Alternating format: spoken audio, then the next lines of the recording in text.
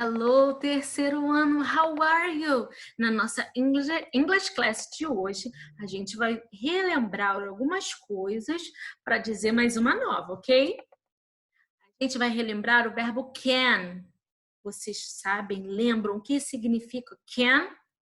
O verbo can é um verbo auxiliar, ou seja, ele sempre vai acompanhar um outro verbo, o verbo principal, para dizer a habilidade, a capacidade do sujeito fazer aquele verbo principal.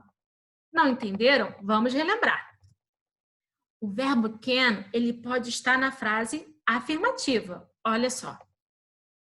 A bird can fly. A bird can fly. Eu estou dizendo a bird can, que ele consegue fly, ele consegue voar. A bird can fly. Can. Very good. Agora, o verbo can também pode estar na forma negativa. Isso é, quando a gente nega alguma coisa. Por exemplo, a penguin can't fly. A penguin can't fly. Ele não consegue voar. Reparem, quando eu falo can na afirmativa, meu A sai mais alongado. Can. Quando eu falo na negativa, o A sai um pouquinho mais curto e fechado. Can't. Can't. E, é claro, também tem o som do T no final. Alguns países não falam esse som do T, tá certo? Mas a Teacher Carol vai ensinar vocês a fazerem. Com a ponta da língua, lá no céu da boca, quase no final do céu da boca, já quase encostando na parte de trás dos dentes, a gente vai fazer tch, tch, tch. A penguin can't fly, ok? Essa é a negativa. Agora, e as frases interrogativas? Vocês lembram o que são? Frases interrogativas nada mais são do que perguntas, quando a gente quer indagar alguma coisa. Diferente do português, quando a gente tem uma frase interrogativa no inglês, a gente pega o verbo da frase e coloca lá na frente do sujeito. Sujeito é a pessoa de quem se fala na oração, de quem se fala na frase. Então, a gente vai pegar o verbo e vai escrever antes do sujeito. Agora, se no caso do verbo can, por exemplo, o verbo can é um verbo auxiliar, ou seja, ele sempre vai estar acompanhando um outro verbo. Qual desses dois verbos vai para frente? Qual deles a gente vai escrever antes de escrever o sujeito? Sempre é o verbo auxiliar, que nesse caso é o verbo can. Então, quando a gente for fazer perguntas com can vem antes do sujeito. Olha só. Can an owl fly? Can an owl fly? Owl é um pássaro. Então, a gente sabe, ó.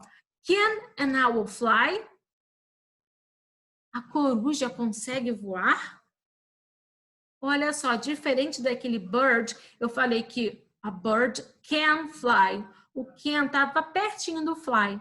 Agora, quando a gente faz pergunta, a gente coloca o can lá no início, lá antes do sujeito. Meu sujeito é a coruja, an owl.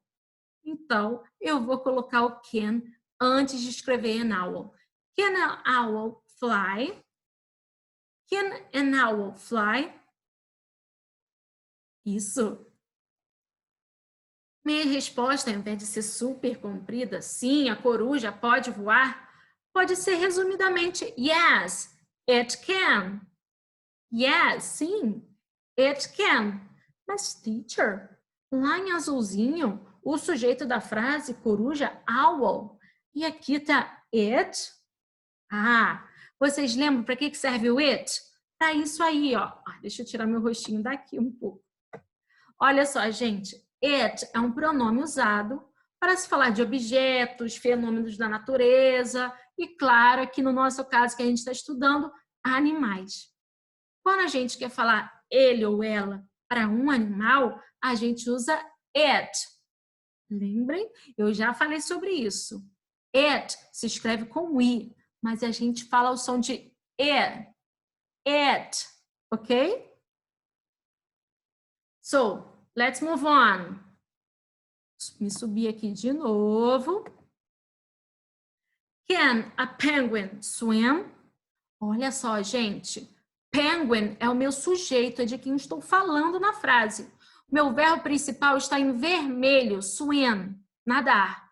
Eu estou perguntando se ele tem essa capacidade. Então, eu tenho que usar o verbo can. Mas como é pergunta, o can fica lá antes do sujeito. Nesse caso, a penguin, um pinguim.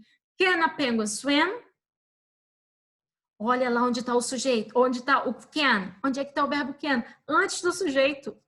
E o verbo principal continua ali no lugarzinho dele, ok? Can a penguin swim?